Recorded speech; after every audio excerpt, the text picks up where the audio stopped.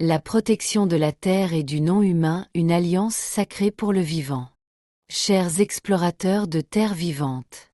Dans cette ère d'ascension que nous traversons, notre compréhension du vivant s'élargit de manière exponentielle, bien au-delà des limites de la seule humanité.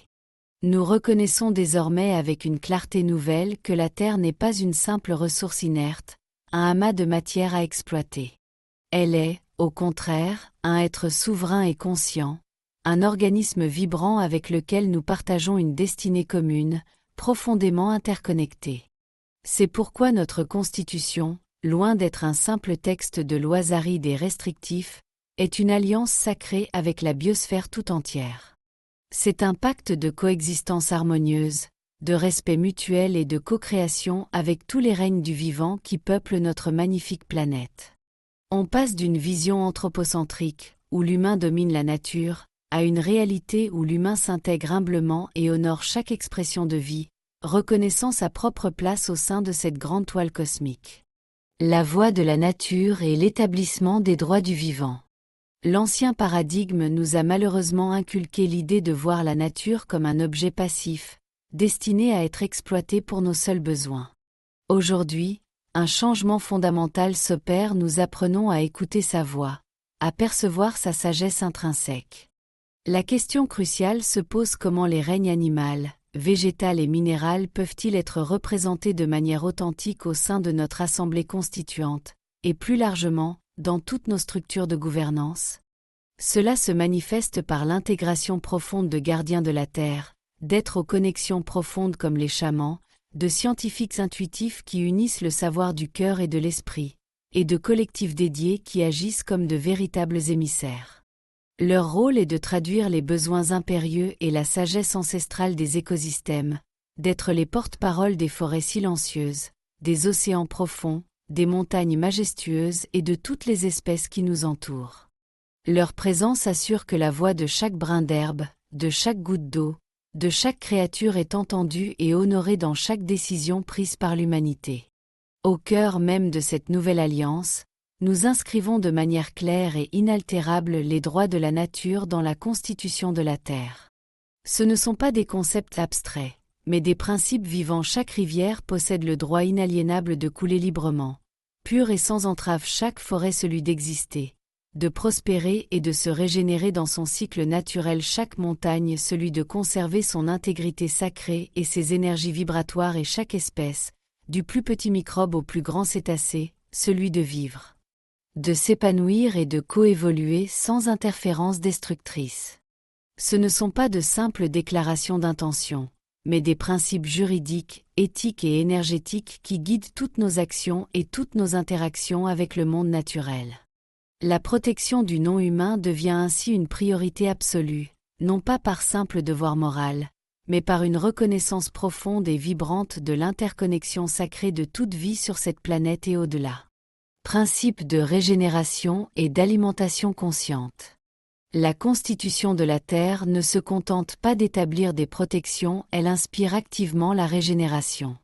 Toutes les activités humaines sont désormais guidées par des principes fondamentaux qui visent à restaurer les écosystèmes, à guérir les blessures profondes infligées au passé et à soutenir activement les processus naturels de la vie. Chaque projet, chaque initiative, qu'elle soit grande ou petite, est évaluée non seulement sur son impact économique ou social, mais surtout sur son impact vibratoire et énergétique sur la Terre. On cherche consciemment à augmenter la fréquence de la planète, à contribuer activement à sa vitalité intrinsèque et à sa résilience naturelle. L'humanité devient une force de guérison et d'élévation pour la Terre. Il est également essentiel de reconnaître que notre propre vitalité, notre santé et notre bien-être sont intrinsèquement liés à cette alliance avec le vivant. L'alimentation humaine repose de plus en plus sur l'absorption directe de l'énergie solaire, le prana pur. Les plantes, ces alchimistes du règne végétal, captent cette lumière divine, la transforment en substance nutritive d'une richesse incomparable.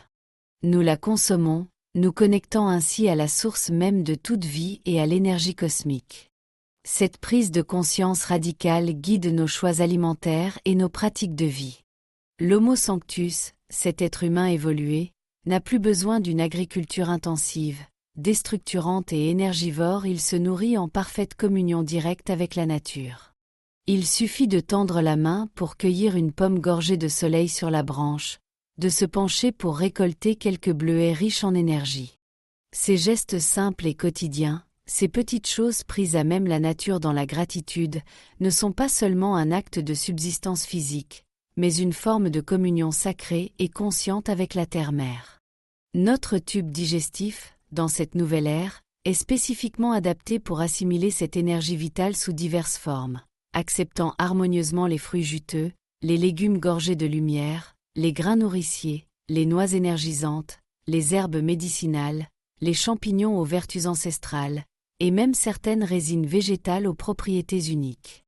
Cette diversité témoigne de la richesse et de l'équilibre offert généreusement par la Terre pour notre bien-être optimal, dans un échange constant de gratitude et de respect.